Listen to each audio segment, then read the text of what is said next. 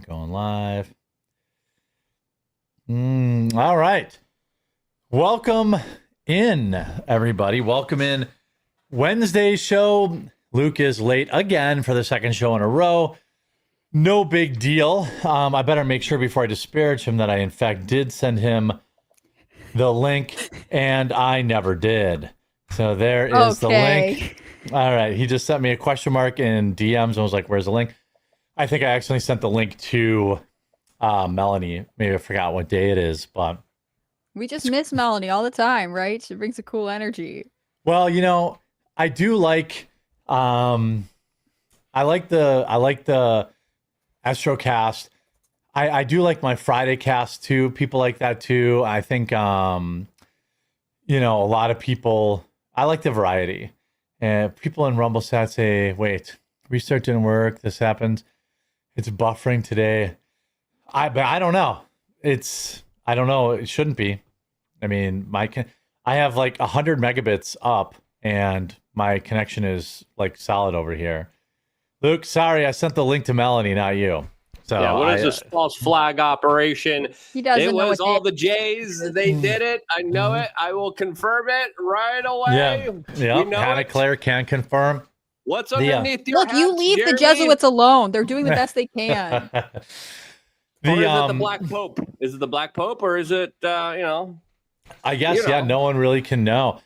No. Is chat appreciating my slow influence on Hannah Claire's fashion? She is now wearing a plaid shirt, flannel plaid. You know, as of right now, Luke is still wearing a massive meat rocket shirt.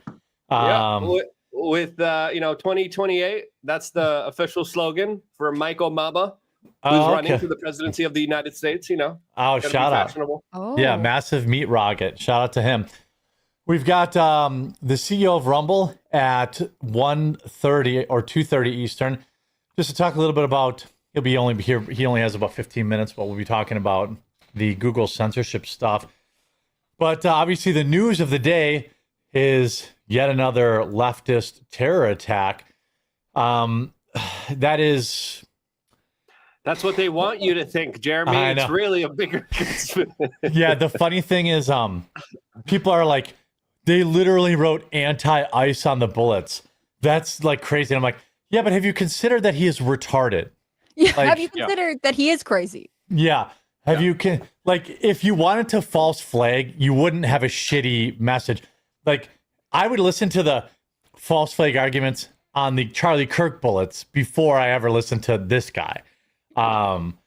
This guy, I mean, left-wing video game addict, just like the last shooter, attacked the ICE facility and only killed immigrants. I mean, absolutely. I mean, obviously, I don't want to make light of, like, I don't want these immigrants killed. I want them sent back home. Yeah. But a pretty epic fail. Well, maybe he just didn't know who he was shooting at, right? Maybe like they were just, everyone was just dressed in plain clothes. Firing into a building, maybe. I got him. Because if you look at a lot of these ICE detention videos, a lot of the people just look normally. Anyway, before getting into it, should we do some of the pleasantries? Oh, yeah, usually do before getting into the Is there something you want to tell us here, team? Yeah. You got an announcement to make? And insanity of the world? Sure. I got my window replaced. That, Luke, you've been in my house, like in that living room area. There's like those big windows that face out to the backfield. Had to get those replaced. There's a manufacturer defect that was causing them to fog up. They were on time this morning and got it done pretty quick before the show, so that's good. And I've got one more contractor coming around 2 o'clock to winterize the sprinkler system. And just kind of getting ready for fall here. I'm going to clean out the garage this weekend. I started doing that. Got some more diesel for my tractor and UTV. Going to put the plow on the UTV. Winter is upon us here in Wisconsin. When's the first frost in Wisconsin? Because I think over here it's like mid-October. Yeah, I mean, that's generally about right. Like, October, November can be hit or miss. Like, it's been 70 degrees on Halloween, and it's been snowing on Halloween. So it's all over the place. We're getting ready for the fall here in Florida by absolutely doing nothing, because we don't have to do anything. other than just have our bathing shorts ready to go with our towels, so we could go to the beach at any time and moment. So, provided there's not a hurricane. As long as you make it through hurricane season, I fear you are, not needing to. Hurricane season is a psyop. It's fine. It's just meant to to keep away all the people who are can I say it, vaginas? Can I say that word? All the people who are not worthy of being a proper Florida man and are scared of a little bit of weather. That's what we use. There's really no hurricanes. It's just all a big lie to keep out all the fecal people who are afraid of a little bit of a temperature change. Well, mostly, I mean, Miami's pretty safe. They don't really get hit by hurricanes the same way that the Keys does, and stuff like that further south. But I definitely, I mean, it is convenient, time when to have hurricane season is nice vacation time for a lot of us people up north. So it could be a psyop. I like Florida. They still have not really completely recovered from that last hurricane, the last really bad one. A lot of the cities in the Keys are still pretty damaged, things like that. Hannah Claire, have you started watching Midnight Mass yet? No, I haven't yet. Yeah. I'm actually working through Dexter right now, which I've never seen, but I watched the new. Oh, you started at the very beginning? Yeah, because I watched, what's it called, Resurrection. Mm-hmm. And obviously that's sort of the last one. So I like of Dexter because it was on for so long and they've done all those spin-offs. But I'm actually first couple seasons are good. TV. Yeah, first couple seasons are good. I really like the first type of iteration of it. I think I'm on season 7. Oh yeah, is that the Ice Truck Killer season 1? Season 1 is Ice Truck, and then season 2, which I just finished last night, was like the Bay Harbor Butcher one.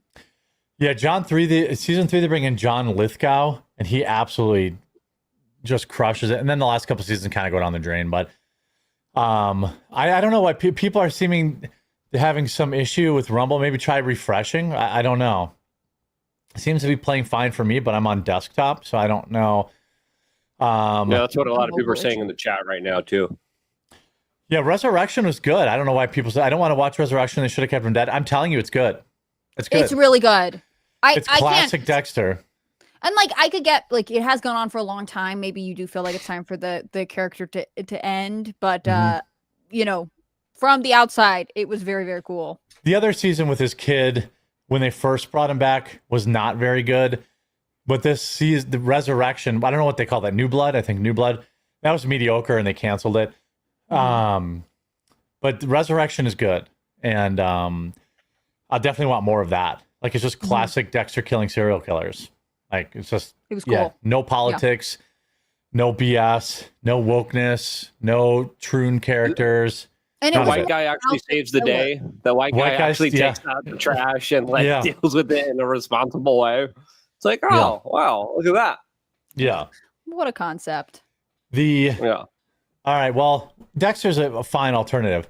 Madney says, today's my birthday. Can HCB call Jimmy Kimmel the Melanie Mac word? No, she cannot. She's not allowed to say those words. She's not pure. Infringing on Melanie Mac's territory. It's very expensive, the copyright licensing. But... Yeah, that's also... Preston Garber says, no one expects the Spanish Inquisition. That's true, they don't. And Dingus Khan says, JD Vance just called Jon Favreau dipshit. I did see that. We're going to talk about that. That's a different Jon Favreau, right? It's not the Disney Jon Favreau. Right? It's a different Jon Favreau. I have no idea who Jon Favreau even is, to be quite honest with you. I see he's popular on X, and he's a Democrat. But I don't know. I don't know if it's the same guy or not. He's just some dude that gets dunked on, pretty regularly from what I can tell. Let's see. He's the one who cries about lions. I don't know. Okay.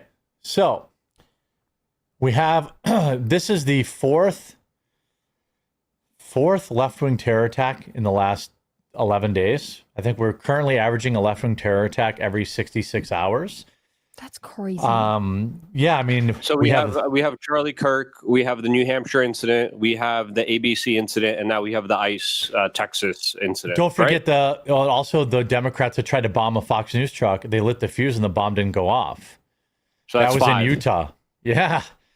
They lit the fuse, and for whatever reason, the bomb didn't go off. Otherwise, they would have blown up a Fox News truck. Thank God it didn't work. Yeah, and very few people reported on that. Like, they planted a bomb, lit it, and it was a Fox News truck, and they were 2 Democrats. That was within the 24 hours after Charlie Kirk's death, right? Yeah, that's kind of why people didn't say anything about the school shooting, right? Mm-hmm. Yeah, it got kind of smothered, which is not good because it makes me wonder if there are even more things that we don't know about. Well, these are just the ones in which people were either killed or, like, we also don't know, like, the feds moved in last night on the Antifa army in Oregon that was kind of attacking I forget which building there. Yeah, I mean, it's spooky out there. Like, we are at war at this point. I mean, can you imagine? Like, I think we're having more terror attacks in America right now than Afghanistan. I mean, something's definitely wrong. And what I think is kind of unusual, or at least it's not unusual. I'd expect it from the mainstream media, but I think the concern is that they're not identifying it. So it's like not drawing the connection leaves more people vulnerable. If this is a movement on people who share the same ideology, I think that should be something we are openly talking about as opposed to trying to avoid hurting anyone's feelings. Yeah, I mean, usually all the institutions who scream about political violence, usually all the corporate media that reports on it, usually is the one that is the biggest cheerleader and obfuscator of it. So the fact that people aren't kind of connecting the dots on this, I mean, should leave a big open window for the feds to do it, to be like, okay, look, this incident happened and this incident happened. Clearly, very few people are able to connect the dots and actually see the wider picture of what's going on here because we're so kind of focused on this news cycle that keeps changing out every 2 to 4 hours. Where another major event and another major event. But if we look at it, there is one overwhelming trend, and that is left-wing political violence. I'd be willing to bet that there have been more terror attacks in America in the last 2 weeks than the rest of the world combined. I mean, and here we have. They're not going to call them terror attacks. Like, that's they are though. But not everybody will. Like, that's the problem. So many people are going to be like, oh, it's just a lone incident. Oh, well, we don't really know what the motives were. Like, that's the problem. That's the unwillingness to admit that there is a left-wing terror problem in this country if you are a moderate or a Democrat. Yeah, I just sent you a tweet with Matt Walsh that's related to this conversation that I think is worth playing. Or not a clip, but a text. Sorry. Yeah, someone in chat said that's a stretch. I would say disprove me. How many assassinations have happened anywhere else in the world in the last 2 weeks? How many vans have blown up or tried to get blown up? How many government buildings have had bullets fired into them? And this is just in the last 2 weeks. Now, also, left-wing violence is a national emergency. We can't even go a week anymore without multiple left-wing terror attacks. The entire force of the federal government must be used to ruthlessly subdue and crush this terrorist threat. We cannot continue to live this way. I agree. I think, people might say this is inflammatory language, but no, I want heads cracked. I want boots on the ground. I want a surge or whatever the government wants to call it. I think that you could probably, I'm not an expert, but isn't the Insurrection Act something that they've enforced before when they needed to have extra federal governments? I think that's only when you have foreign people invading the country, I guess. But I forget what Trump enforced with the border stuff, but certainly there's some level of federal power that they could say, look, I mean, come on, you guys can't stop killing people every 3 days. We're going to go in there. We're going to round up everybody who's showing up at these Antifa events. We're going to disable their networks. We're going to disable their websites. We're going to figure out where their secret chat shit is. We're going to take that down, and cripple this now correctly identified terrorist group. And it's not just Antifa, by the way, because there's really three kind of distinct terror groups on the left. There's the trannies, trans terrorists. These are the people that are going into schools and killing kids. Several of them in the past couple of years, including obviously the trans terror. I would bulk the trans terrorism into the Charlie Kirk assassination. We have Antifa, which is more and more militant now, but also have been responsible over the past 10 years for lots of other types of violence, not necessarily shooting people, but beating people up, destroying property damage. Yeah. And then you have the Free Palestine people who are lighting themselves on fire, who are, trying to kill governors, who are shooting innocent dads in the face. There is a Venn diagram where the same people are in all three circles, and I think you start there. I mean, I think that was part of the movement when Trump designated Antifa a domestic terrorist organization, right? Like that's the first step to being able to enforcing anti-terrorism laws. And I think again, that's why it's dangerous for progressive media outlets to say that there is no link or there's no overarching organization, because then you cannot they're trying to sidestep the idea that there is a network of terrorism, even if it's loosely assembled. I think they would only be okay with it if it was everyone had their Antifa t-shirt on and their card and their wallet, when you could be influenced by these things through internet chat rooms and become dangerous. And that's that is the thing that we're trying to stop, because it's the everyday Americans who suffer when these organizations or people affiliated with these ideologies are allowed to become extremists. Yeah. It just came out that this main suspect who self-exited in ICE Dallas shooting also had a picture online. Get wrecked. Yeah. Well, I hate seeing those type of images, but he had an FBI, he had a Facebook profile pic of an armed communist with a hammer and sickle. Like, there's warning signs for a lot of these guys, right? And there's a lot of rhetoric that they usually say. There's usually a lot of violence. Like, you could see a lot of people. I mean, listen, there's hallmarkers of a lot of these. Why can't we just stop and visit these people and say, like, hey, what's going on? But listen, we got to be very careful with respecting civil liberties and personal, privacy, which again, I think is a lost concept already. So that argument kind of falls flat because of like just how much rights and privacy we already lost. But if we're going to lose all these privacy and rights, you're not even going to keep us safe. I think that's the argument that needs to be had here. But also, more importantly, there are characterizations of radicalization that you could follow. It's loners. It's people who don't get laid. It's people who don't have sex. It's people who don't have normal relationships. It's people on SSRIs. It's people who are isolated from society. It's people with no economic outlook. And I've been warning throughout the last few years that we are on a trajectory of radicalization, especially with a lot of the algorithms that are centrally focused on amplifying left-wing political voices. And any voice against it is automatically called Hitler and not being able to respond to it. That type of toxic conversation that has been happening and brewing in this country has led us to this type of scenario that we are in right now that is extremely dangerous, that will only keep escalating from here, and therefore needs to be fully addressed in a nuanced, respectable type of way, where if we don't really have a serious conversation, it's only going to get worse. And guess what? It's only going to get worse from here. Yeah, my biggest fear, obviously his mom was also a Democrat who was posting, like, I mean, look, you're allowed to be a Democrat. Okay? I mean,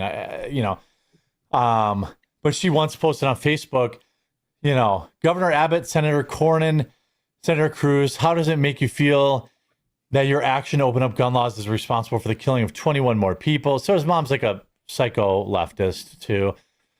I mean, this guy, he's a drug addict, I believe, too. I think somebody said. Some people are saying weed. I don't care about that. Yeah.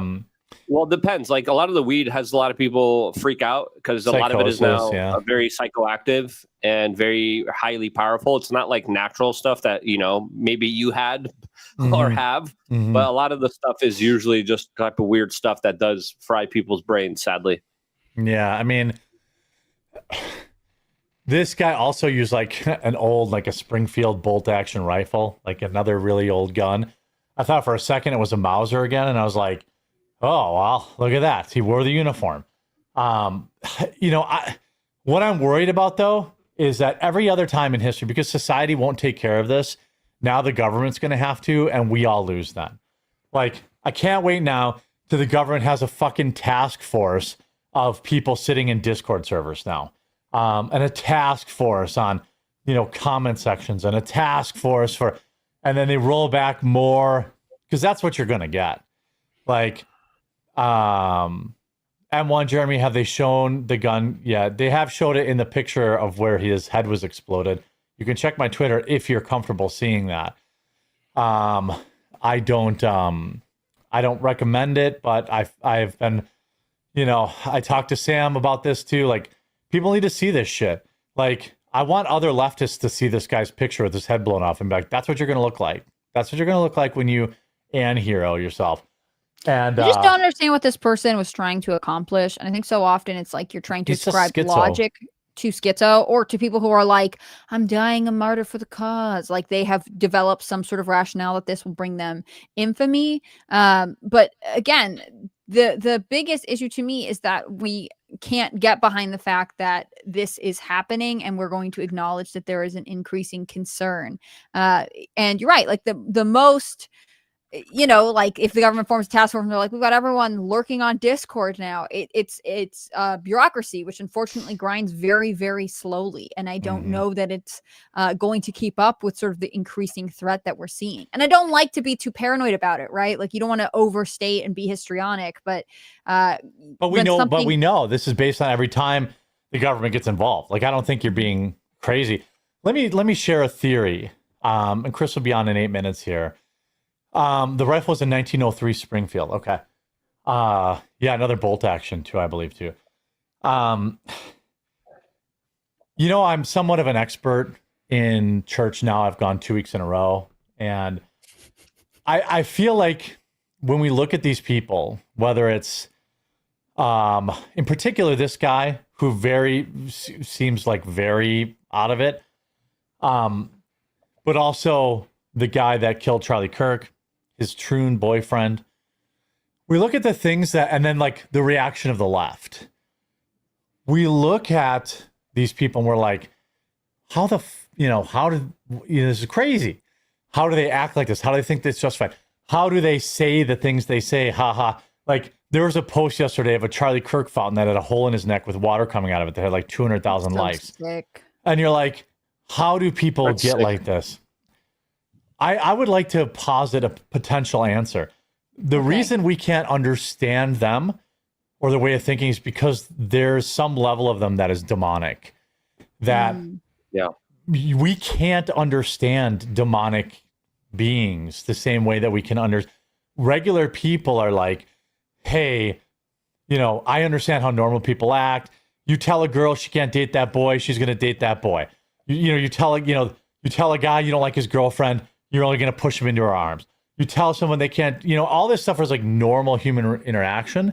But I think when you try to apply that stuff to, I'm not being hyperbolic when I believe that these people are demonic, that demons walk among us, and there is a level of them, a saturation of them now that has maybe never been seen before, other than perhaps the Dark Ages or other biblical times that, again, as a 2-week church attendee, I am certainly qualified to comment on. But I feel like we look at these people and we're like, how? But it's like, oh, they're demonic. And the shit they say is like, you can't look at them as somebody who's not also possessed by, whether you want to say, true religious demonic like possession, or people that have been turned into figurative demons. They don't, I don't think that the shit they say comes from a normal position, like a normal logical position, even of hate. I think it consumes people so much that like they lose their soul, that the hate eats them up, and then they become infested. And Oh, go ahead. You're making me think of the Saint Michael the Archangel prayer, and at the end of it talks about like all the evil forces that prowl about the earth seeking the ruin of souls. Like there are evil forces that are on earth, and also there are ruined souls. And I think those things are both dangerous to our society as a whole. It's not like in the movies, you know, or at least I don't think it's like not like in the movies where it's like the poltergeist or whatever like demonic thing pops out of the wall, but it's like the slow corruption of people and the like who learn to embrace darkness and evil and to seek it. Well, there's also a lack of empathy that has slowly and surely been increasing.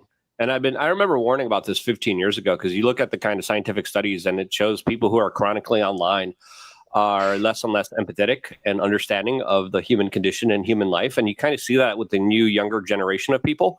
They're living in their own type of bubble, their own type of reality that was curated through social media. If you look at the effects that a lot of these left-wing liberal algorithms that were in the controls, the commons that were in control of the trans radicals from San Francisco that were running all the big tech social media companies, you could see individuals, just like I put in the private chat right now, individuals that literally destroyed Charlie Kirk's memorial and are now begging for money because they need to fight fascism. Right? They're like, hey, pay our they got evicted. Fees. Yeah, they got evicted too, which is great. They're like, hey, we destroyed a public memorial. Pay us now. Give us money. And I'm like, wait, what? We're living in such a weird transactional, empathetic, lacking type of society where people who destroy memorials now are using that as a way to create a gravy train for themselves in order to enrich themselves. Like, that's wild. That is crazy. And they raised 20 grand. Now they you know, I think they're asking for 20 grand. Did they actually raise it? They're up over 14 grand as of this morning. That's wild. But here's the thing. In this case, at least, thankfully this happened in Arkansas, where they like threw the book at them. Like one of them had $15,000 in bail. The other had $7,500 in bail. One of them, you know, they both got both of them got fired. One of them got evicted from their home.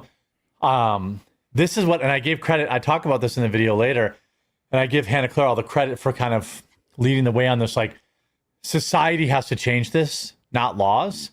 Like, cool, they got law. Like, these are two people that probably didn't have a pot to piss in real life anyway.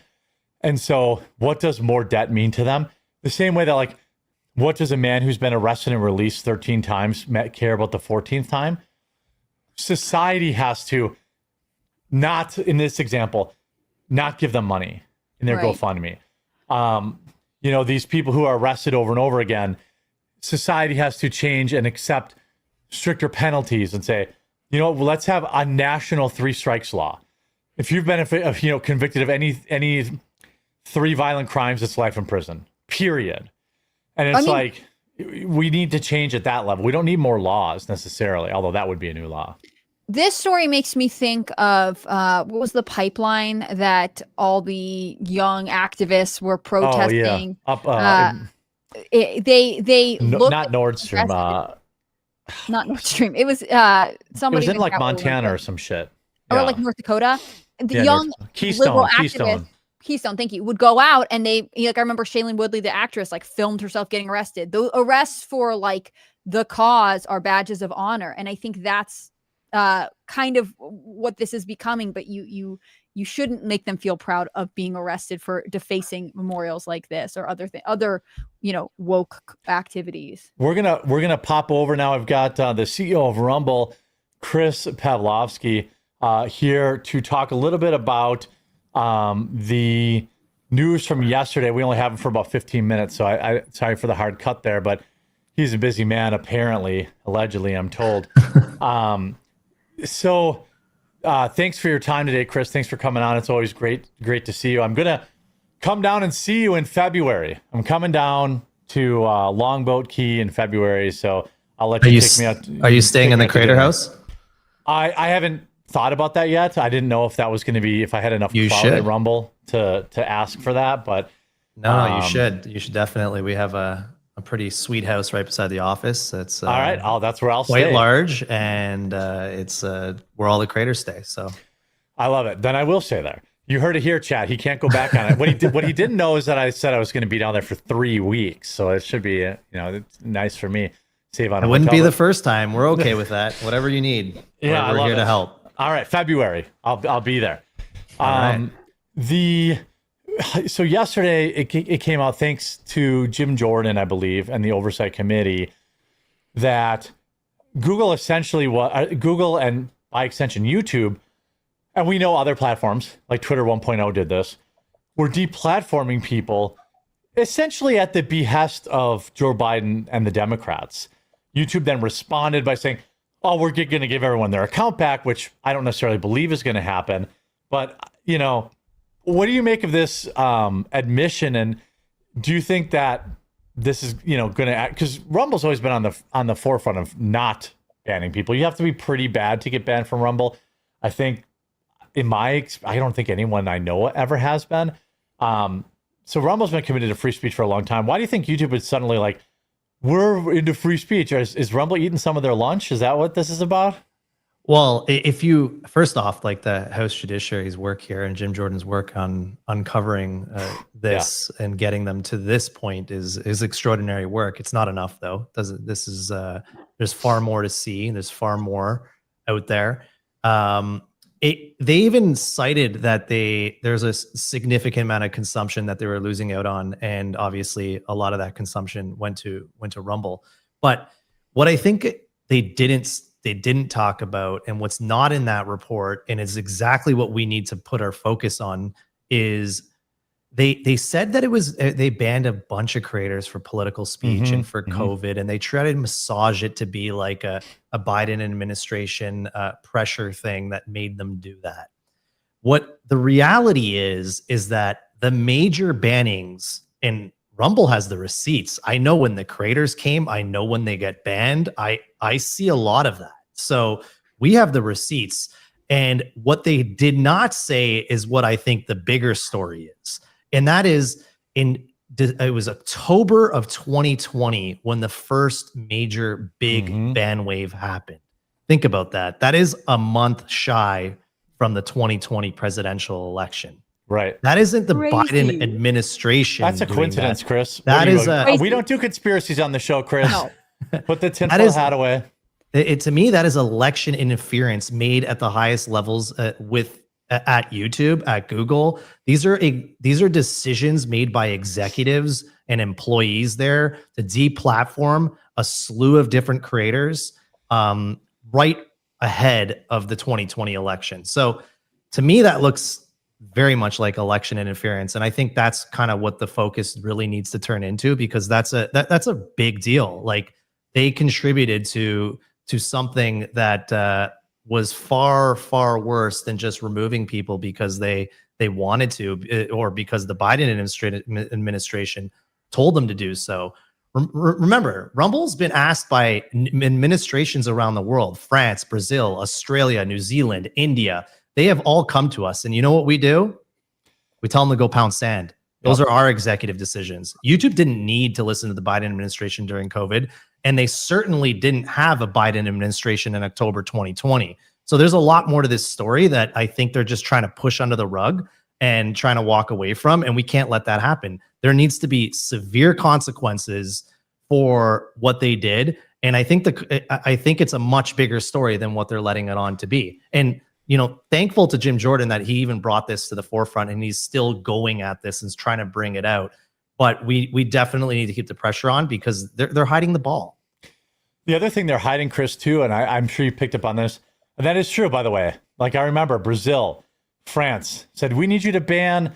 And then Rumble just said, sorry, Brazil, we're not in Brazil anymore. Like, we're not going to change our platform. And that actually affected, one of our large creators that was on this platform too. And like, it's but that is the right decision, because if more people held the line like Rumble, they wouldn't have this power.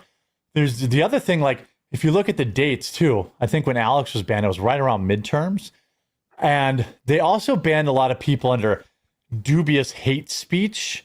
I went back and looked, what was the real reason they banned Alex Jones? Hate speech. What was the real reason they banned this one? Hate speech.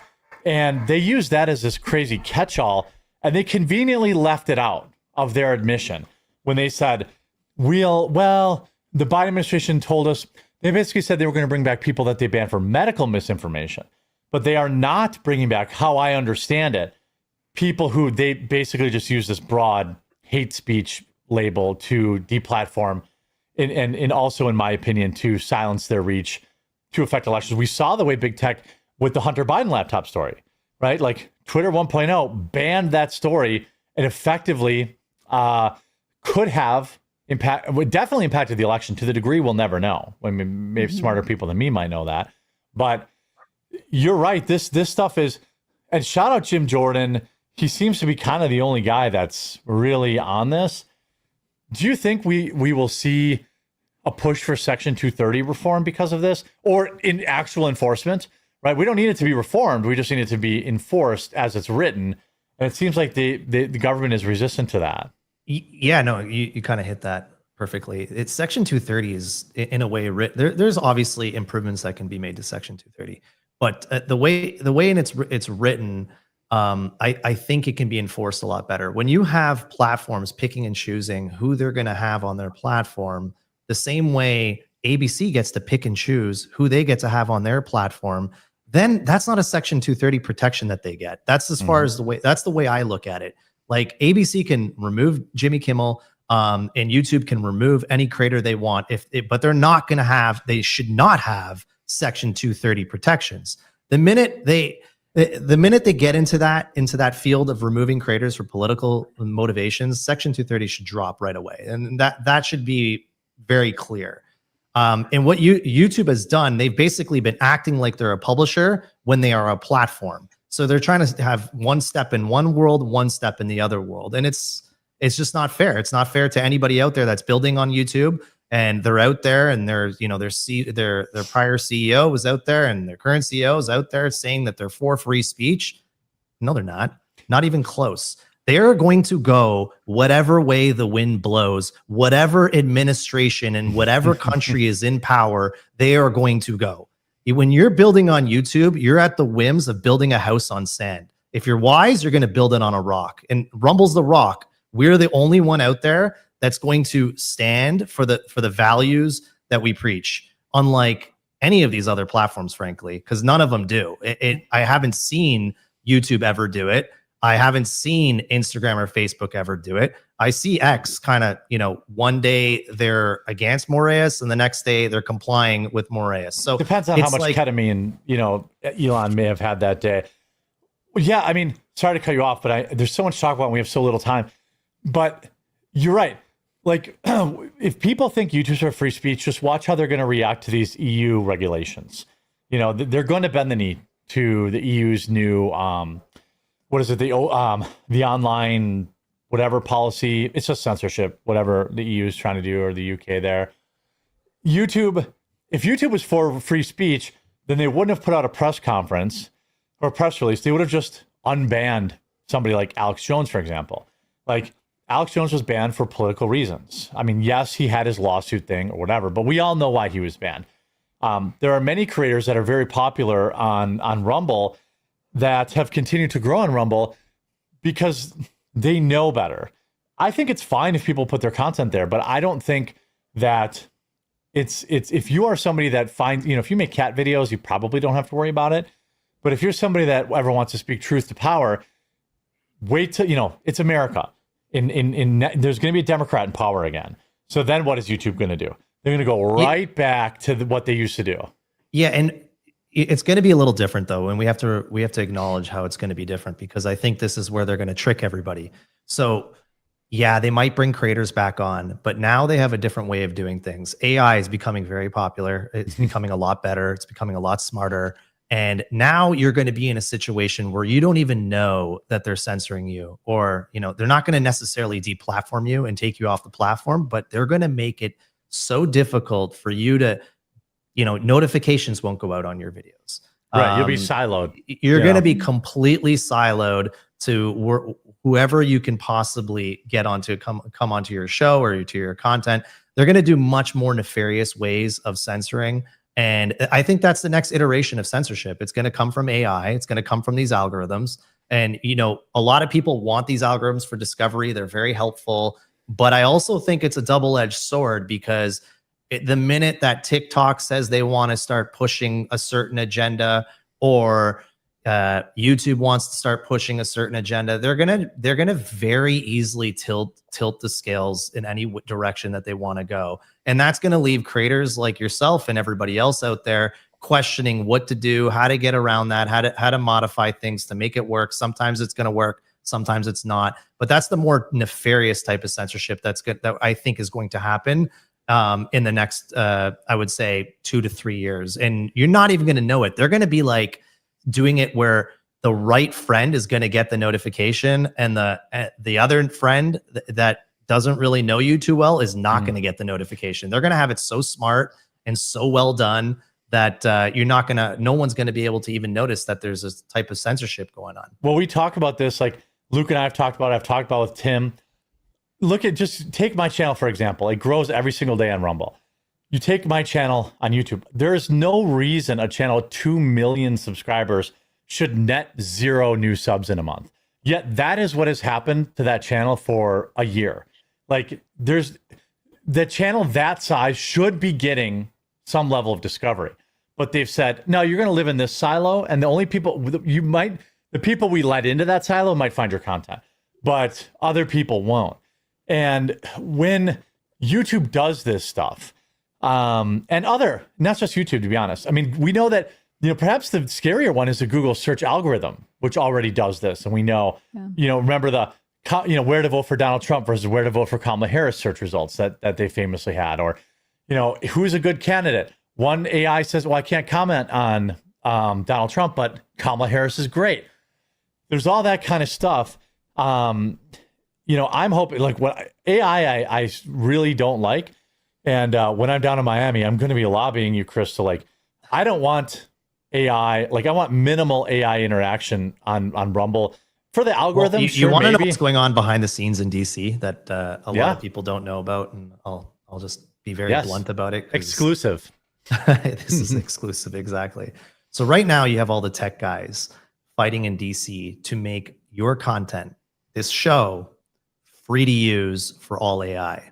That's the big fight. You saw Jack Dorsey put delete all IP laws, and Elon, basically endorsed that. If you upload a video to YouTube, you automatically agree to letting Google use it for their AI. Yeah, but what they're advocating for is that they can come and take everything off of Rumble and train all their AI for, which means they can come and take your content, that hard-earned content that you've built to create your life. They now want to be able to take it and repurpose it however they want for AI. This is like a very huge fight with the Silicon Valley tech. This is a fight that I'm on the opposite side of them on, big time. I'm here for the creators and protecting their works, because if the world goes into a way where they put every creator out of business and it's only AI content, there's no more authenticity. It's completely gone. If they're only promoting AI content and not promoting authentic shows, or don't give the monetary incentive to people like yourself to have an authentic show, that's a really scary world. I don't want to live in that. That's not something I'm going to stand for. So that's something that I'm obviously very against, big time. I'm on the side of the creators and protecting the IP laws for creators, so that creators can, make a living on doing stuff and making a living on creating authentic content. Chris, do you think that? Sorry, Jeremy. I was going to say, Chris, do you think that there is a path to restitution for people who were banned from YouTube? Because I know so many people who were like, "Yeah, I just got a notice that I wasn't allowed to use it." They never explained why. I reached out to them, and for a lot of people, it was either their creative livelihood or it was part of their business. So it just totally throttled what they were able to do. Yeah, I'm not sure how they're going to bring people back and what they're going to do. My guess is that they will bring a contingent to make it look like they're bringing people back. Mm-hmm. So you'll see cohorts of them come back, but not everybody. That's just a guess. I could be completely wrong. Maybe they open it up completely. And then, the next time a new administration comes, they're not going to be banned next time, but they are going to be completely suppressed. Monetization will be turned off. That's kind of my guess of what's going to happen. They just do whatever the wind blows. You can see it in every country in the world. They'll do anything they can to appease whatever government is in place in order for them to make money. That's kind of like their entire philosophy from the way that is I their see principle. Their principle is to make money. I know you got a hard out coming up. I wanted to, and to the people that were banned, I hope that if they haven't yet, they come over and they create channels on Rumble. Look, they might say, well, you're let back on, but you're not entitled to monetization, or you're not entitled to search algorithm. You're not entitled to, all this stuff. So it'll never be YouTube will never be what it was 25 years ago or 20 years ago when they only cared about growth. Speaking of that though, Chris, I noticed a couple things that Rumble is working on, like Rumble Wallet and stuff like that. Are there any new features coming down the pipeline that people should be excited for or be looking out for? People are asking for a block button. I don't know what that means. Like block people in chat or block people in videos. But what else is coming on? What else is new with Rumble? Yeah, so we have like a slew of things that are going to be coming out. In the coming weeks, we're going to kind of like unveil the future strategy for Rumble. And stay tuned for that. But he's going to save it. He's going to save it for the. Jeremy's trying to get the exclusive announcement right now. All right, no, that's fine. That's fine. I mean, I'm so just trying to do my job. There's a lot of stuff happening right now. We've been nonstop work in the background. Certain things that we've that will be launched like pretty immediately are we're going to have the ability now to be localized in different countries. So Rumble's been very like isolated to United States, Canada, all the English-based markets. We haven't really had a lot of growth in markets outside of Canada.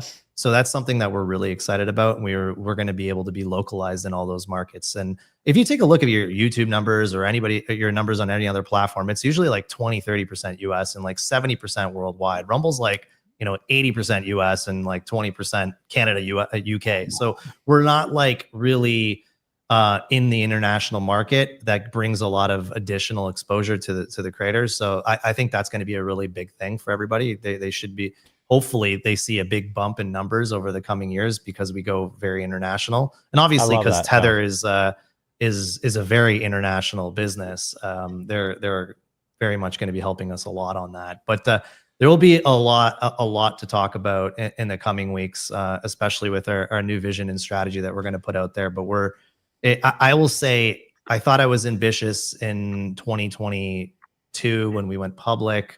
In 2021, I thought that IR investor relations presentation was very ambitious. But what we have in store is far more ambitious, and we have backers now that like we never had before. I was all alone, all by myself. Now I have Paulo at Tether, and I got Tether behind Rumble, and it's a whole new world. We're thinking of strategy on a whole new level, and it's something that's like super exciting. So there'll be a lot more to that in the coming weeks. I'm pumped to hear that, Chris, and I know you've got a lot going on, so I'll let you go. But thanks for coming on, and I will see you in February down in I bought a brand new Rumble themed Speedo. I'm ready to go to hit the beach. And I look forward to seeing you down there. Yeah, me too. Thanks for having me on. Yeah, thanks, Chris. Anytime, man. All right, take care, everyone. Bye. Chris is scared of your Rumble themed Speedo, Jeremy. I can just tell. Well, he should be.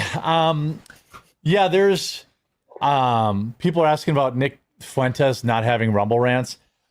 I will ask Chris about that privately. I'm not going to put him on blast when I have 15 minutes from him. So you have my word. I'll ask him about that. Are you sure that Nick even has them turned on? Is my question. So before I ask Nick, all the people who are spurging about Nick not having Rumble rants, let me know if he even has them turned on. And it might be the credit card companies. Like if he's debanked, there's nothing Rumble can do. Like Rumble's just going to say, or the credit card companies are going to say, like, you can't do this. So I don't know. But I'm happy to ask. Like, happy to. New developments in Rumble news from Chris. Yeah, I have a feeling he must have like a presser coming up, and that's why he was like, He's like, also, he also knows I own a lot of Rumble shares, so he's probably like, No information for you, Mr. Jeremy. Bystander Chris, when you allow Nicholas Fuentes to get Rumble rants, I don't think it's about Rumble's decision. I mean, I think it's credit card companies, but I will ask for clarification. Crash Bandit says Google was getting looked at for a monopoly. Now that YouTube is giving everyone a bandwagon bone, we don't see more talks about breaking up Google as a monopoly. Thoughts? Well, they had conveniently decided that they weren't a monopoly, like that was about a month ago. They had settled that suit. So I'm sure the timing is not inconsequential. Did you guys see that? Nobi says, did you guys see that BS explanation CNN put on their ticker about Google and YouTube? Said they are allowing creators that have been banned for misinformation on COVID-19 and elections. Well, that is kind of what YouTube said. But CNN is, of course, just like smearing those creators before they're even back. Spike says, YouTube blocks right-leaning accounts while promoting leftists in order to keep Trump out of office. They lost that and not their short cash. They lost twice. Relatively objective says, Jeremy, as a recent revert, you should check out Mike Winger on YouTube. He's a pastor and even attended Kirk's memorial. Upcoming video on that. But check out his series, Jesus in the Old Testament. I will. Hello, Doctor says, the quote anti-ice writing on the bullet was a sketch for sure. Both him being a blatant commie, I have fewer questions. The commie didn't decide to go kill his own cult members intentionally. Yeah, I agree with that. This guy's pretty cut and dry. Sergeant says, as Crowder pointed out, you can walk up to a person and shout out everybody around, hey, we've got a Trump supporter, and then publicly execute them, and the ADL won't call it political violence. Yeah, well, the ADL needs to go away too. I know Elon is still suing them. I don't know if there's been any progress on that, but they need to go away. Media Matters needs to go away. Phil McCracken says, Satan is the king of the world, and they believe in worldly things. It makes sense to me that they are demon-possessed. And Ace Diamond says, wasn't it in the 70s when leftist groups like the Weather Underground were bombing places? Have we come full circle? Yes, I believe we have. It's eco-terrorism was the big movement. And you guys mentioned the ADL. There are, organizations like that put out studies being like, it's white people are the biggest cause of terrorism or whatever. And they just will exclude all the data from the 70s because they just decide, oh, well, we can't talk about that. Or, the eco-terrorism. Oh, eco-terrorism. Oh, we were just saying about, that one's okay. We were talking about suicide bombers only. We were just talking about there's the Weather Underground too that committed bombings all over cities. Yeah. I mean, it'll be interesting. I don't think they're going to be bringing back any. I don't think they're going to be bringing JD or Alex Jones back or any of these people. By the way, did you guys see JD Vance is on an absolute ripper today? Like, he posted his own meme in response to Joy Reid. JD Vance kind of yelled because they're tired of just letting in white men from New York. And then he just hits him with the JD Vance meme, like 200,000 likes. And then I hit people with this. I hope you guys like this edit.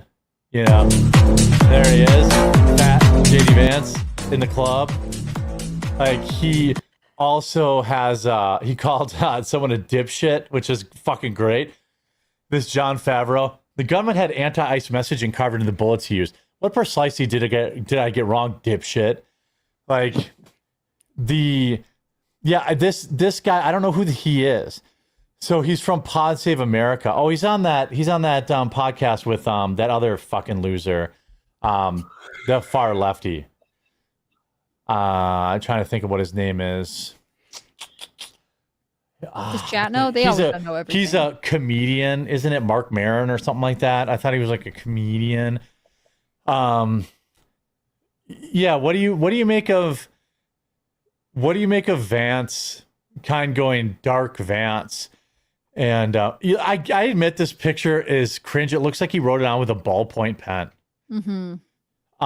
It's weird. I mean, the thing about Vance and his ability to use the internet, it's like the next level up. When Trump took the world by storm by just always being on Twitter. And then eventually when he couldn't be on Twitter being like, but I'm keeping the format, Truth Social it is, people got addicted to that kind of interactions with their politicians. And I think JD Vance embracing the meme culture that is like a part of his internet lore now is one of the best things he could have done. Yeah. Well, it's not JD Vance, it's the people behind him. It's his communications team that are reading the room and saying, okay, what's going to go most viral? Sure. And I think they're doing a good job getting a message out there. But I'm pretty sure JD Vance wrote the dipshit tweet. I don't know. I don't know about that. To be quite honest, I mean, there's something about leaning into the meme. I think he's done a great job at that. A lot of people are just kind of skeptical of him because it's been like too good to be true, right? Yeah. And I'm kind of a little skeptical. He was a never Trumper, lest ye not forget. Yeah, and there's a lot of interests and money behind him, and I think he's doing all the right things very perfectly to an obscene level where it's kind of like, wait, what's really going on here? My spidey senses are tingling a little bit, even though I don't have anything to really go on other than the kind of big money behind him. He just released a statement saying that there's other evidence that has not yet been released that highlights how this attack on the ICE facility in Dallas was also politically motivated. I sent you the clip in the private chat as well, as he's releasing and teasing more information that's going to come out that's going to highlight more left-wing political violence. I don't know if you all have followed the news, and we're still learning a little bit about it, but what we know is that in Dallas, Texas, an ICE facility, an Immigrations and Customs Enforcement facility, was opened fire upon by a violent left-wing extremist, a person who wrote anti-ICE messaging on their bullets, and there's some evidence that we have that's not yet public, but we know this person was politically motivated. They were politically motivated to go after law enforcement. They were politically motivated to go after people who are enforcing our border. And I think that is the most disgusting thing. I don't know if you all... What do you think is in public? A manifesto? Public statement, maybe some writings, or his social media stuff, maybe confession video. Yeah, I like that they're putting this information out there super quick. Like, nope, we're not even going to let the left spin a narrative. We're on this. No, I mean, he was a leftist. He's a piece of shit. Now he's dead. You know what I mean? Yeah, I mean, I think part of the strategy right now is to sort of give as much information as possible. Although sometimes you see that with maybe Kash Patel, and it's too soon, or there's something else going on. Like when he said, "Oh, we have someone in custody," and then had to be like, "It's been released. We're going to keep looking." I generally want more transparency. I sometimes worry with these like rapidly developing situations that when you go to the internet straight away, it's not as accurate as it could be. But I like that JD Vance is wanting to talk about the political motivation behind some of these attacks, because again, like we said at the top of the show, unless you talk about it, everyone's going to brush it aside. It's like, just coincidentally had a bunch of random lone shooters this past month. Yeah, there's going to be another one later this week. Like, we are now we are like in a full scale attack. This is no longer like an isolated incident. This is, I mean, Luke, how bad do you see this getting? I mean, I've been warning about this for a while, so I'm not as... I mean, people said I was hyperbolic many years ago when I was talking about the trajectory that we're on. Yeah. So it's kind of a slow boil for me paying attention to this stuff, but we haven't reached nearly as bad as it could get, because it could get way, way, way worse. Some people... Oh, yeah, they're going to blow up a building or some shit. Instead of just firing shots into ICE, there's going to be car bombs. I think it's going to get worse. Yeah, I think there's a reason they're putting up protest fencing around the White House. Yep, they know something. And, Donald Trump, a lot of people are saying, well, he's smart because he's taking his time and he's being very careful. I mean, I don't know what's kind of going along that strategy. I'm seeing the fencing news also being debunked as well, too. So, like they were old pictures or something? Yeah, that they're pictures... that they're installing it for some other purposes. Again, people are just kind of left to kind of assume what's kind of going on here, as we're all kind of left here asking the question, how do we move forward?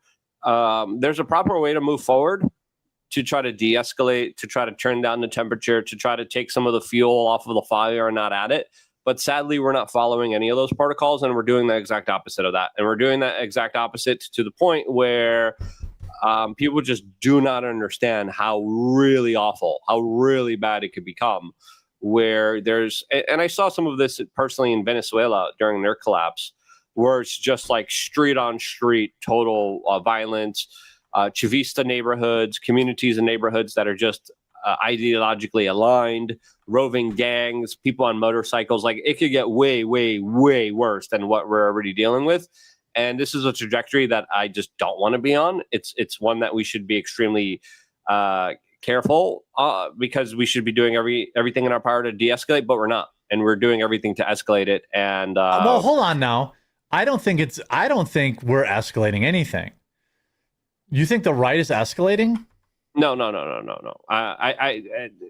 not saying the right. Oh, you mean like society's escalating things? The people, social media. Yeah. Okay. The mainstream media, the establishment institutions, right, that are still overwhelmingly strongholds of the left, especially in universities, right? When we look at a lot of the kind of political leadership and the political talk, all of it is just getting hyperbolic and insane to the point where people are like, yeah, the conversation's over because you guys killed the guy who wanted a conversation. Yeah. That's where we're at right now. And that's not a good place, because as soon as the conversation stops, a lot of other things begin that are not pleasant, that you can't talk down. I agree, but they've already begun. I know. Like, that's the thing. That's like, what I'm observing. We're in Tim's civil war right now. Like, it's on. Like, they're killing us. They're killing, they're killing ICE officials. They're storming buildings.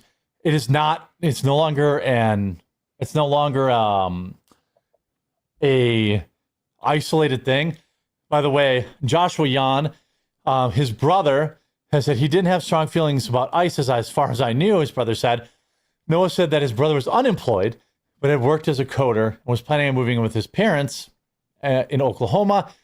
He has a criminal felony for selling weed greater than a quarter ounce. Registered independent. Yeah. The alleged shooter's brother reportedly spoke before he knew that his brother had been identified as the sniper and had described him as unique without elaborating.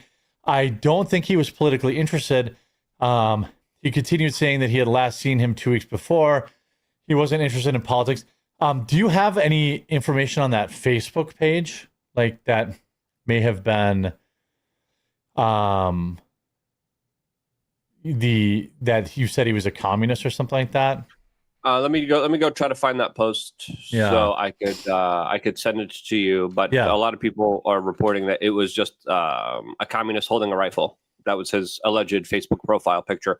But it's going to be very hard to verify now because the feds are probably going to take down all of his like Facebook pages and social media pages right away as well. Yeah. I obviously don't buy.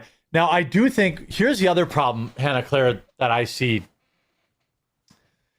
This country has a mental health crisis. This is undeniable. Mm-hmm. I sent it to you, by the way. Okay, thanks. I'll bring it up.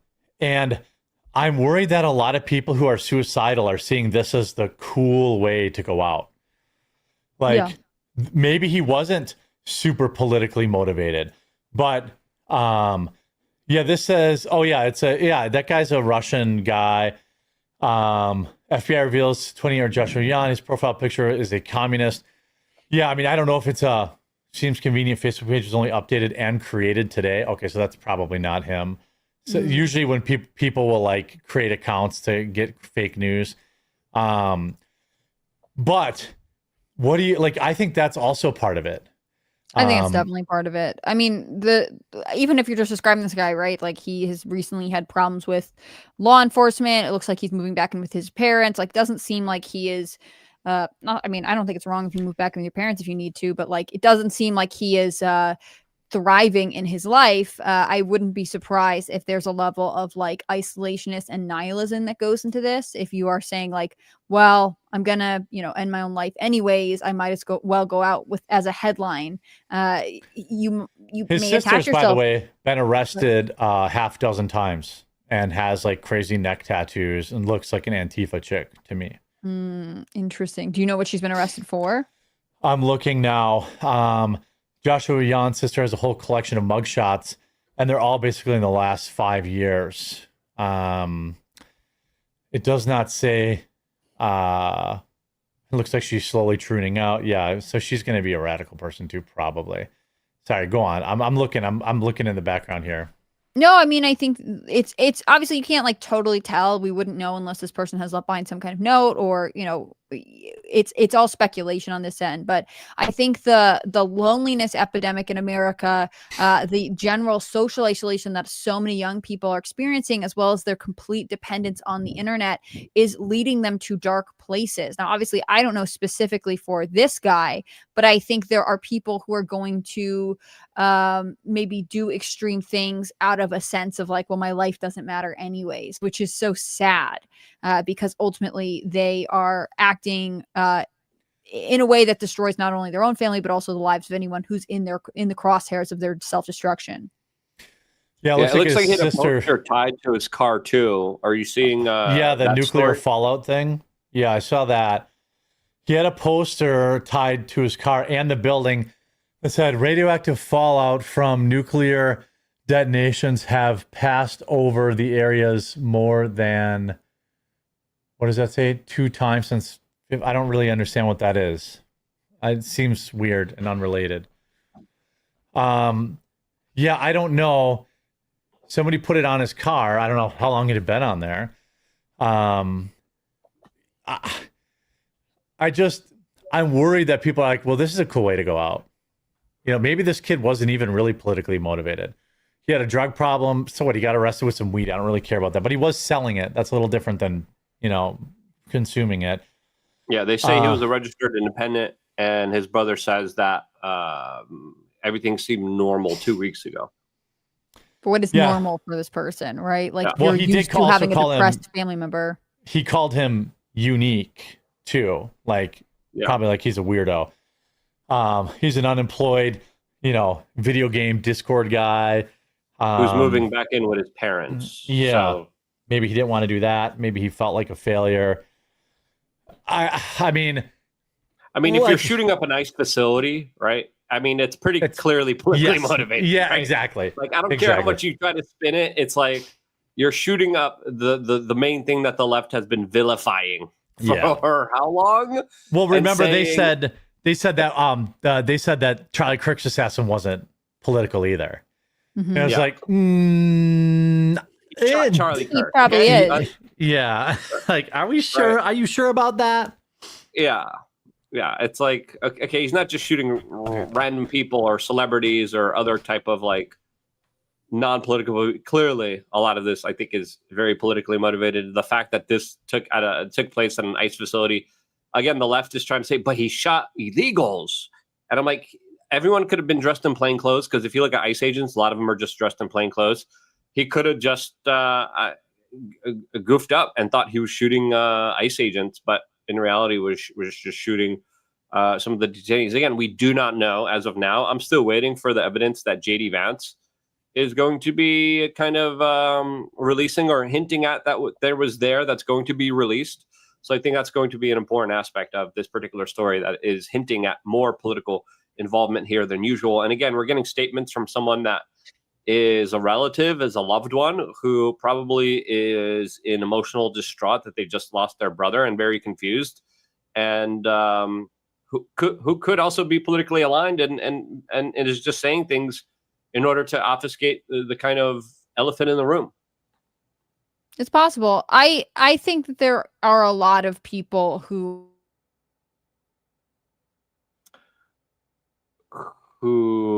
say Hannah instead of Hannah Claire. I think that's what she was. I go ahead. think that joke is so old now. It's kind of sad. You were frozen. You weren't supposed to listen to that. Keep going.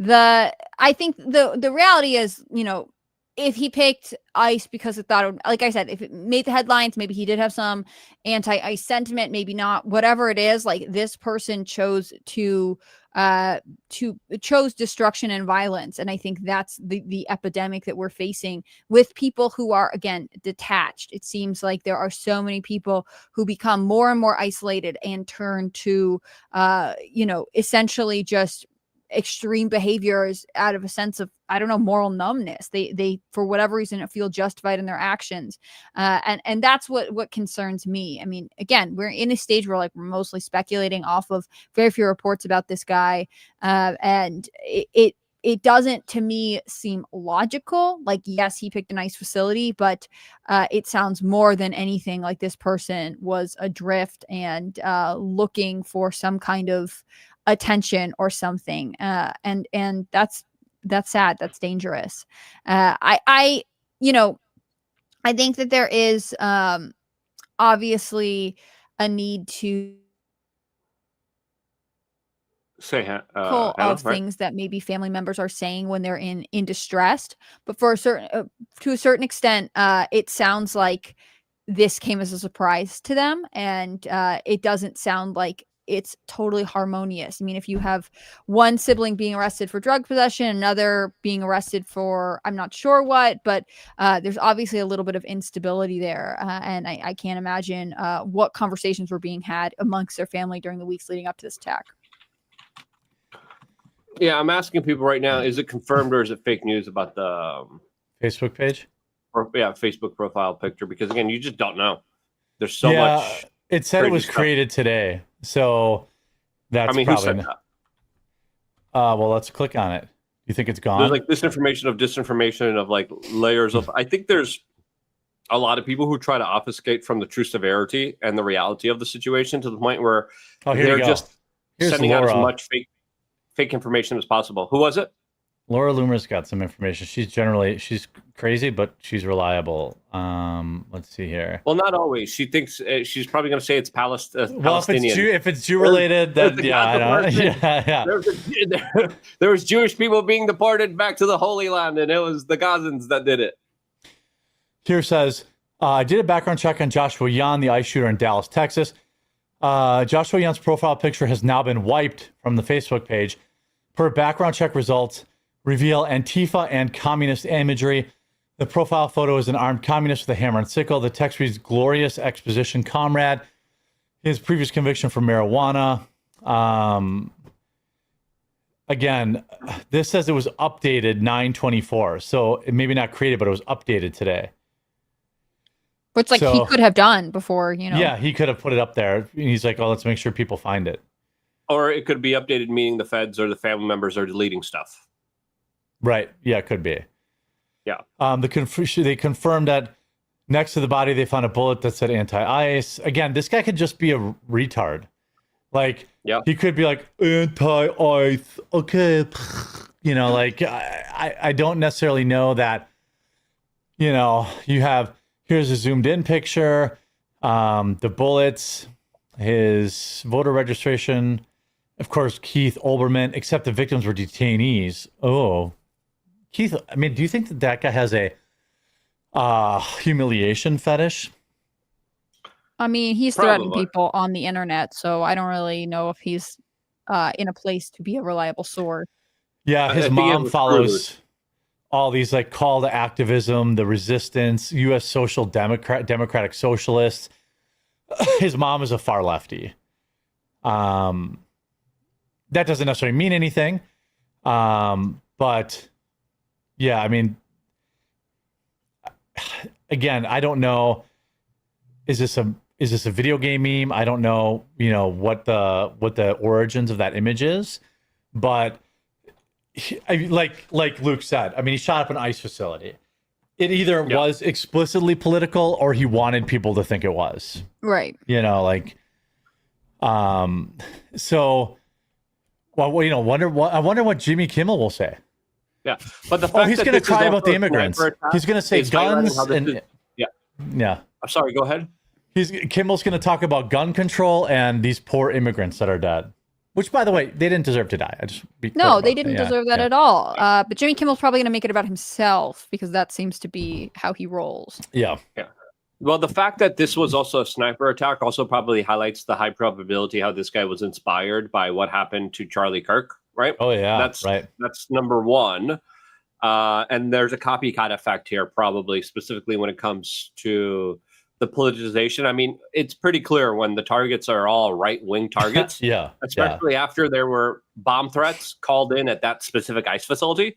There was another incident there was another ICE facility where they tried to shoot up that ICE facility. When we're seeing so many threats, I mean, it's the writing's on the wall. Like, well, what about the one the left is trying to say? No, guys, just keep your eyes down. Don't look at all the things here that are pretty self-evident. Well, remember, I don't think people know the details of the last attack. So the last time when several police officers were shot, including one in the neck, Antifa showed up to protest the ICE facility in Texas. This was on the 4th of July. Mm-hmm. They positioned gunmen in the woods and then goaded the police to come out by putting graffiti on the building. Instead of the ICE officers coming out, they called like local PD. And then when local PD arrived, they killed them. Like, this is not like, that was a sophisticated, well-planned attack. Like, we're going to create a distraction. We're going to get them to come out to try and get us to disperse. And we have they had two gunmen. They had two gunmen. Over 20 people were arrested for that. Like, that was the 4th of July. That was not a random nut job. That was like multiple people meticulously planning. And I don't know if the officers died. The one guy that was shot in the neck actually survived. Mm-hmm. I don't know about the other guy, but I mean, how much more do we need? What I want now is I want some actual, let's go. Get out there and crush some skulls. Like, I want people arrested. I want to see like, enough with the executive orders. I don't give a shit about your executive orders. Those are pointless. They don't prove or do anything. Why do you think we haven't had more arrests? I mean, again, if we've declared Antifa a domestic terrorist organization, is it just like slow wheels of bureaucracy? Yeah, or it's only been a few days. Sure? I think it's only been a few days, but we know where they are. You just send the feds into Oakland, Portland, Seattle, San Francisco, and you can get like a third of them or 2/3 of them right away. And then you go to like New York, and some other lefty mega, some place in like Rhode Island or some shit. You round up another batch of them and make a show of it. You have, shackle them, bring them in, whatever laws you can get them on, you arrest them. This is what you do against any kind of organized crime organization. I think that the Trump administration literally can't keep up. Like, there was a Charlie Kirk assassination, was still an ongoing investigation. There was a Free Palestine killing, which was freaking 2-3 days later. The bomb investigation, the ABC News terrorist attack, and then now today at ICE. Like, it's like they're playing whack-a-mole. What they really need to do is mobilize and just go round up all these people and let's see how many of them you can keep legally. I'm not saying because you tweeted about Antifa or something like that, you should get arrested. But you have Hassan Piker with Antifa posters in his room. He says he supports Antifa. Maybe he should publicly disavow them before, maybe Twitch needs to say hey, we're not going to platform somebody who's promoting terrorist groups. I don't know. Society is, needs to correct this. Sorry, go ahead, Luke. No. That's going to be that's like trying to put the genie back in the bottle. I know. It's like how do you really do it? What are some concrete steps that we could kind of take here in order to address a lot of this type of insanity when people are just losing their minds? I think a lot of this has to do with the lack of relationships, the lack of partners, the radicalization, people's guts being destroyed, their brains not working. And I think there's a specific formula that could be investigated here in order to find out what really goes into the minds of some of these crazy people that are forced to take these actions. I mean, I think there needs to be a lot of studies. I mean, the CIA has always been working on ways to try to control the human mind, and they did multiple MK Ultra type of experiments. I think the opposite now needs to be done. Like, how do we get people back to normal? Yeah. How do we unprogram people? Jewish space lasers, I think. Deliberate effort to try to program them to create and sow all this chaos and division. I want to take a second here, and I'll kick it to Luke first and then Hannah Claire. Let the people know where they can find your content and where and how to support you, what you got going on. Well, I appreciate that. YouTube.com/WeAreChange. I've been working very hard there, releasing a lot of different videos. There's a lot of really crazy, weird stuff happening when it comes to a lot of these kind of developments, a lot of the questions. I think some of the questions around Kirk are a little bit ridiculous, and I go through debunking some of them. I think some of them are legitimate. I just did a video about that. There's other things that we're going to be talking about later on today. I think I might even get into the alien stuff. Trump made some interesting comments about aliens. But weird time to bring that up. Yeah. So I know it's not as timely as everything that's happening here, but there's also a lot of things happening geopolitically.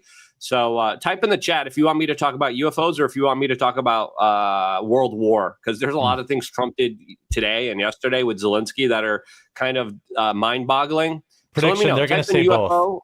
Type in UFO or World War III, whatever you want me to talk about in the last video for today, youtube.com/WeAreChange, and I'll do it.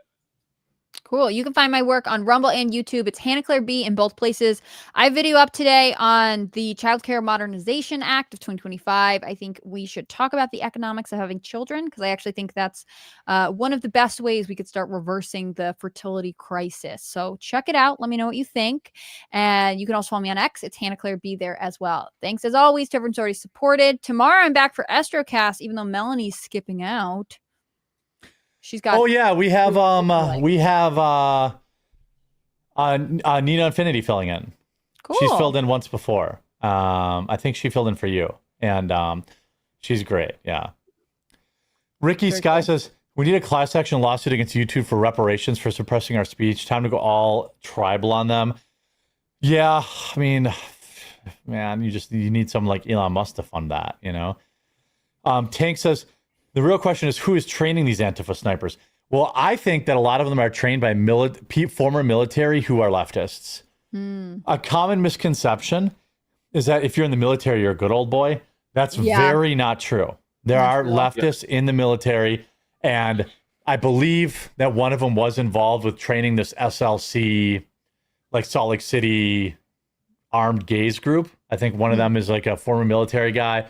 There is a lot of woke people in the military, which I know is crazy, but there are a lot of troons in the military and stuff like that. A lot of furries. Yep, furries.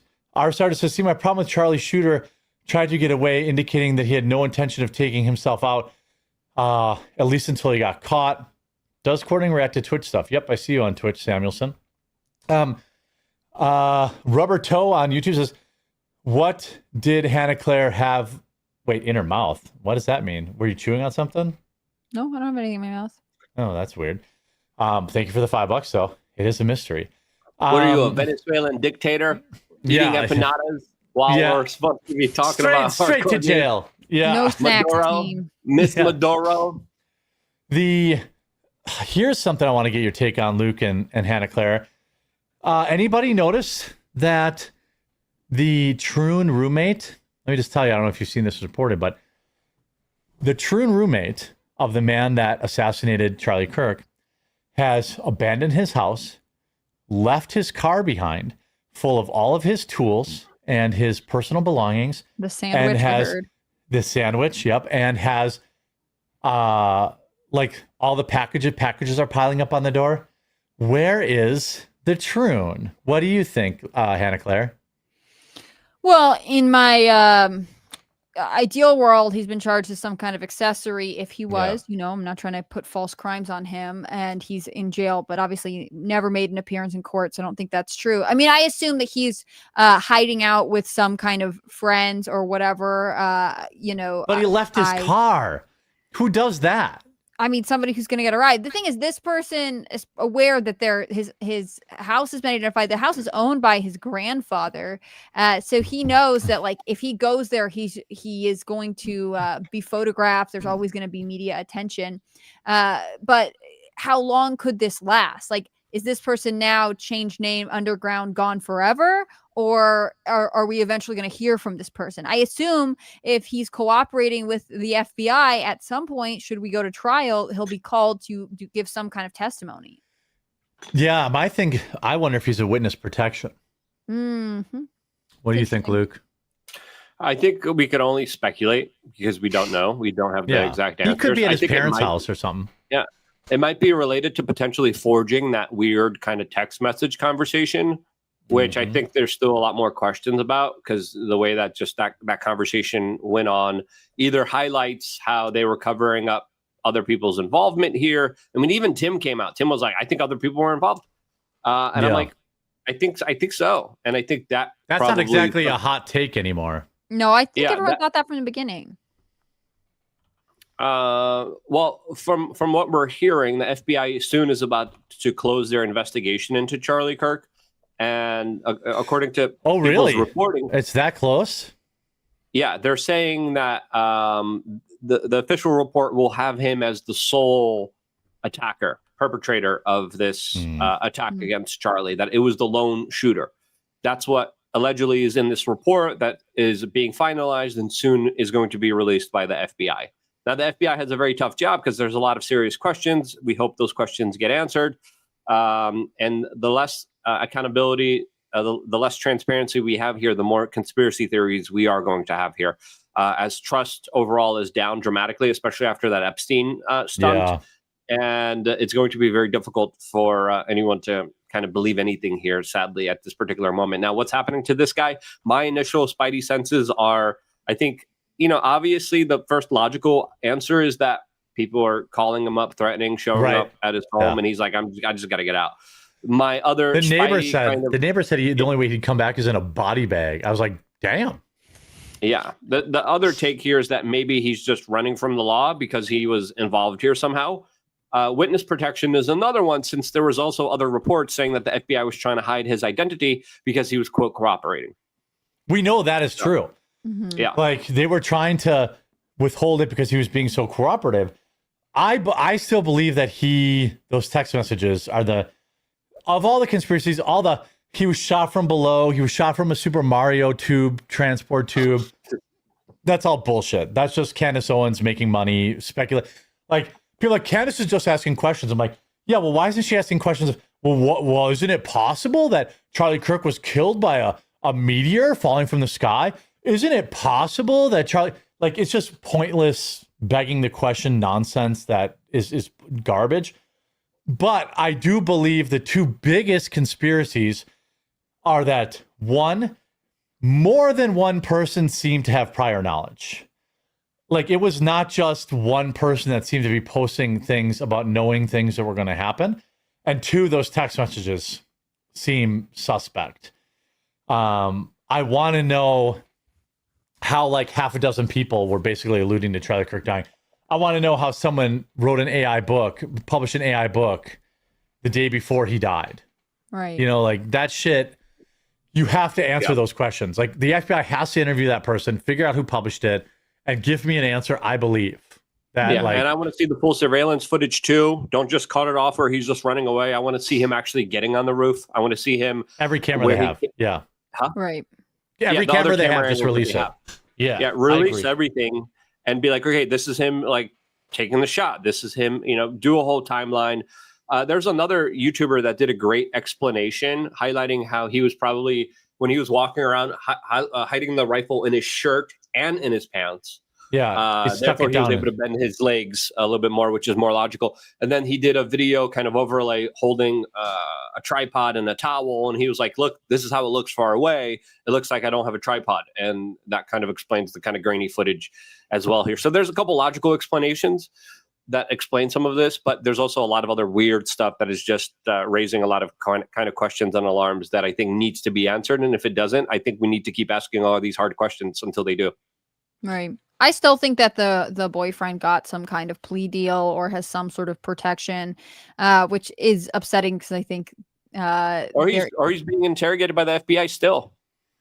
Maybe. Right? I mean, hypothetically, they'd have to release him at some point, even if he was under charges, but he doesn't seem like he's been entered into any sort of federal law enforcement. But who knows? I mean, I think one of the frustrations is that the details that are out there raise more questions than they give answers. Yeah. And I think, like yesterday I saw a video about the bullet trajectory, and they're like, look over here, that's a man in a bush, and that's, I know that's just nonsense though. Yeah. The thing is, like, ultimately, it seems very weird that, like, it was already weird with George Zinn when they were like, we have this crazy guy who does crazy things and he happens to be there. If we, like, now it's like there are maybe multiple people on roofs, like it's going to become like histrionic lore if we don't get some clarity. Yeah, I agree, especially with the video. Like, here's every single camera. You can show the time across the top, here's the spot where he's off camera. He's traveling to this camera. Here's what, and I've seen the footage of him jumping off the roof. He very obviously has the rifle in his hand. Like, I'm not entertaining some of this more crazy nonsense. And the people like, he could never fit a rifle down his pants. I'm like, I could take an AR-15 and stick it down the back of my shirt and duct tape it to my body, and it would be very easy to do. Like, it's not, you'd have to be a little careful. You wouldn't want to jostle it around, but and you wouldn't want to blow your ass off. So you'd probably want to load it later. But this whole thing of he took off the scope, he reattached the scope. No, he didn't. He just walked with it together, taped to his back, walked up the, addressed that. I don't think he taped it to his back. Well, I think the more logical explanation is he had it in his shirt underneath his armpit. Or that, you know what I mean? Like, there's plenty of ways he could have carried that gun in. This nonsense about him disassembling it, reassembling it, that never happened. He brought the screwdriver to get on the roof. That's why he had it. He didn't have the tool for disassembling and reassembling that rifle.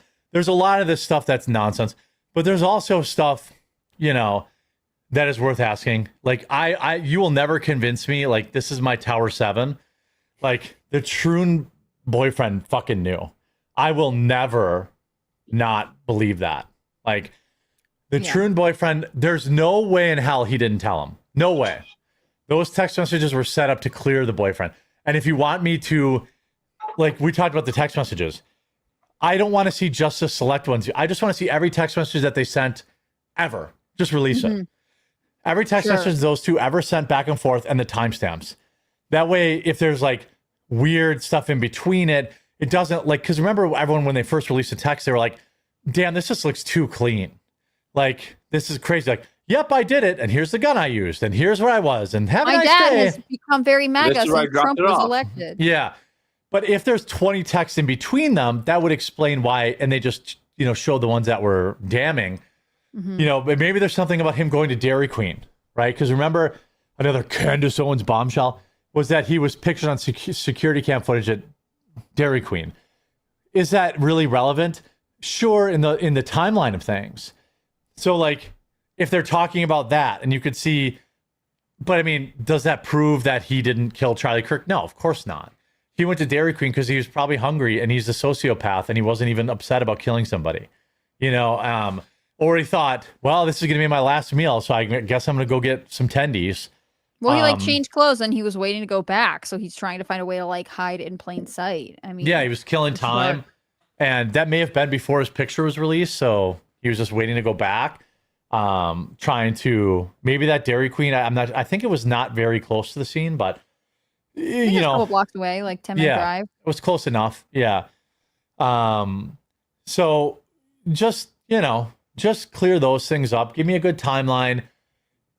If those texts are really just those texts, then I'll probably never believe those either. I'll believe that the Troon boyfriend wrote them from when iMessage is or something. Tyler Robinson's next court appearance? Is it end of September? Yeah, he's going to be, well, he's been formally charged. So what is the next one you would do? Let's see. Next in court, Tyler Tyler will have a waiver hearing in 5 days at 10 a.m. in Utah, but he won't be physically in court, and no plea deal will be entered. Yeah, there might be also federal charges too. Right. Yes, federal charges could still come down, and I assume there will. You might as well bury him in these charges. I no longer believe he's a patsy. I never really believed he was a patsy, but I do believe that his boyfriend, Lance Twiggs, was involved. And I do believe other organizations knew about it before it happened. I think the idea that no one in their social circles, including the boyfriend roommate, knew anything about anything is obviously ridiculous on its face. Yeah. I mean, he was doing it to impress his boyfriend. Like that's, or to defend him from Charlie Kirk's mean words. With that, we're going to kick it over to the great ostrich battle going on in Canada. Luke, why don't you let the people know where they can find you and what you got going on, and then Hannah Claire, and then I'll remind people, get in that members Discord, thequartering.com/join. Lots of people in there. I think there's 1,500 people in there now. It's getting fun. Once we get up to 2,000 or 3,000, you'll see like a lot more people in there. People always, like, I popped in there last night kind of late. There's only a few people around. Once we get to like that critical mass of 2,000 or 3,000, then hopefully a lot of people will be in there regularly. But Luke, go ahead and let the people know, and we'll let Hannah Claire wrap it up. Well, thank you. I appreciate that. Always a great time to hang out with you guys and talk the ish and get into all the craziness happening in our world. There's a lot more craziness. I think more people said UFO. There were some people that said World War III. So I guess I'm going to try to do a UFO video later on today on youtube.com/wearechange. youtube.com/wearechange. Again, been really putting in a lot of overtime there. And we're going to be doing meetups virtually for our members soon. Oh, that'd be cool. Come join that. And we're going to be hanging out, playing clips, talking to each other. And just kind of, because we used to do all these like in real life stuff. Now we're just going to do an online meetup. So join the members group, and I'll see you there. youtube.com/wearechange. Yeah, more people can attend then. That's not a bad idea. This is very cool. You guys can find my work on Rumble and YouTube. It's Hannah Claire B, all one word, in both places. Like I said, I have a video up on the Child Care Monetization Act. It went up during the stream, so you guys can check that out. I really appreciate all the support. If you want to follow me on X, it's Hannah Claire B there as well. I hope you guys have a great night, and I'll be back tomorrow. Jeremy, what are your directions for the crowd? Well, just follow the show. We'll be back tomorrow at 2 Eastern. We'll have Nina Infinity filling in for Melanie Mack tomorrow, and so we can still maintain our estrogen levels, and we'll have some good news smattered in tomorrow with the bad news, because I'll ask her to bring some of that. That's kind of her thing. She does a show on Fridays called Good News, I think, which is, it's good that people don't black pill forever. And so yeah, and I've got a ton of videos coming out too. We didn't get to the Theo Vaughn story, which is, I don't know, kind of funny, but it felt like everything else kind of trumped it. You can always roll it into tomorrow if people are interested. Yeah, we can talk about it tomorrow if there's more backlash. Basically, Theo Vaughn was like, "Hey, don't use me in your ICE ad," and then like basically his own followers were like roasting, like pissed at him anyway. Like, you made this happen because you platformed Trump. Right? Is that what you're saying, Luke? No, he was like, "Where's the check? Like, are you gonna cut me a check or what?" Yeah. That was the people didn't like him making a joke about it, and then you know, the comedian making a joke. How dare he? I know. So everyone, go say hi to Viva and support the ostrich, the great ostrich battle. I will be streaming later tonight. I will be on later tonight for a chill stream. So if you want to tune into that, I'm guessing probably around 6 Eastern. 6 Eastern or so.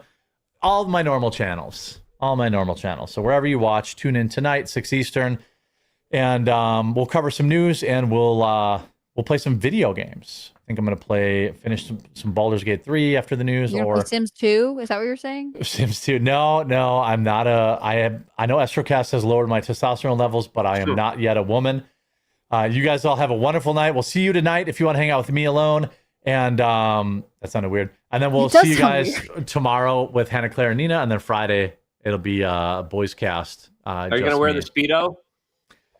You're gonna have to wait and see. I could be wearing it right now. And I don't want to know. Yeah. All right, everyone. Go say hi to Viva. We'll talk to you again. We'll see you.